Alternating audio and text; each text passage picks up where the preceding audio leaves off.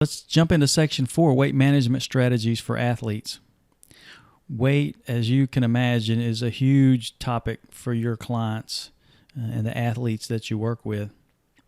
And like I mentioned previously, we're all managing our weight, and it takes a plan, a strategy to ensure, especially if you're trying to lose, that you're cutting the appropriate amount of calories, and then you're exercising to try to achieve those goals. And that's one of the biggest problems I see with athletes and active individuals is they set totally unrealistic body composition goals and weight goals.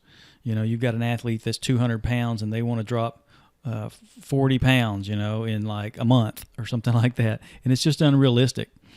So it's up to you as the health professional to set realistic goals for them so they can stay motivated and they can achieve those goals and feel successful about the direction that they're moving. Especially if they're trying to lose, a couple of questions you may want to start with here with your clients are these. What's the lowest weight that you maintain without persistent dieting? Because it's not about having that dieting or that diet mentality. We're talking about something that they can maintain long term. It's about eating a healthful diet and maybe cutting back on some of the junk and, making sure that the calories are in check. And another question you may want to ask to look at the higher end of the range, what's the maximum weight that is suitable for you and that you would feel comfortable with? Oftentimes you see these athletes that get really focused on the scale, and we want to really kind of back off of that. Some individuals want to weigh on a daily basis. You got to find out a schedule that's going to work for you and work for your clients. I don't think it's necessary that you weigh every single day. Maybe it's once a week, just to kind of keep on task. Some people, though, feel like they need to weigh every day. But the point is you really need to take the focus off the scale, because there's a lot of other ways to measure success besides the scale. Maybe it's the pants, the clothes that they're wearing, those types of things. Less focus on the scale. And probably the biggest way to monitor progress is to use energy levels in their performance.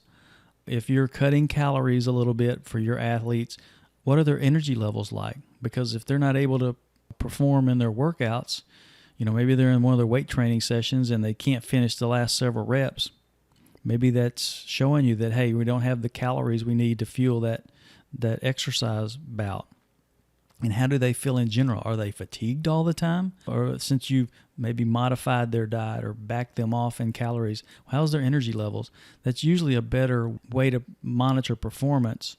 Thing with weight management is to adopt a healthy lifestyle. This is something that they should use for a lifetime.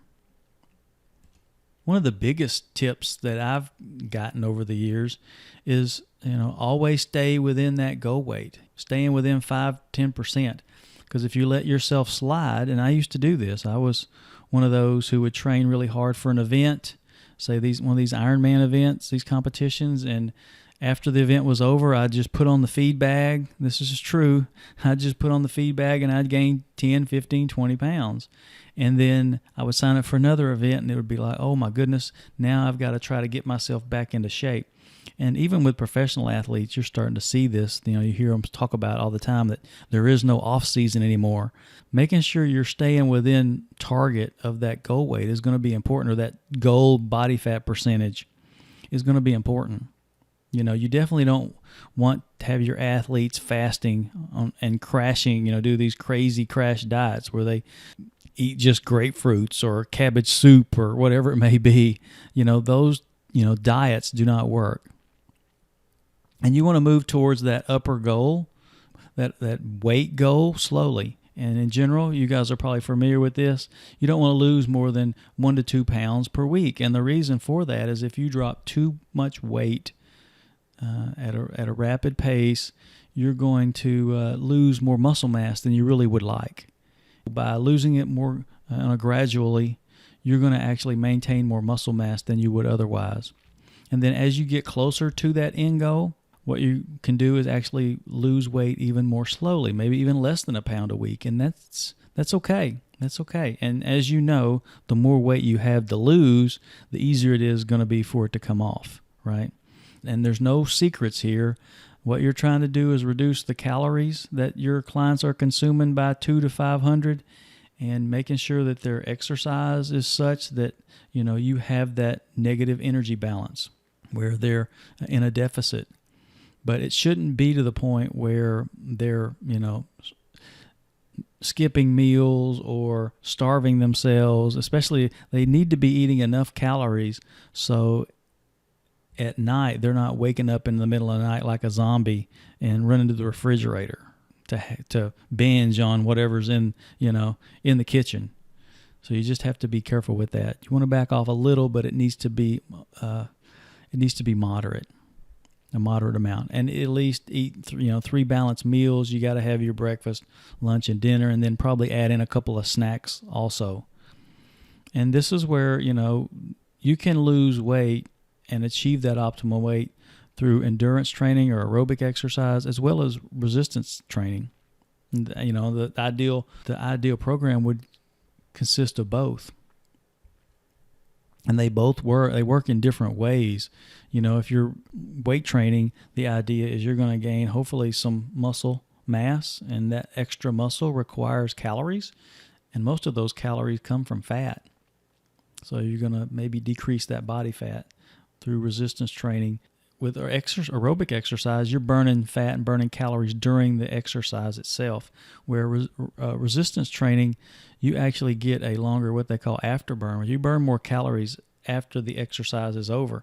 In an intense weight training session, you may burn extra calories 24 to 48 hours after an intense weight training session. So there are benefits to both. I would, as far as weight management goes, I would say, you can incorporate both.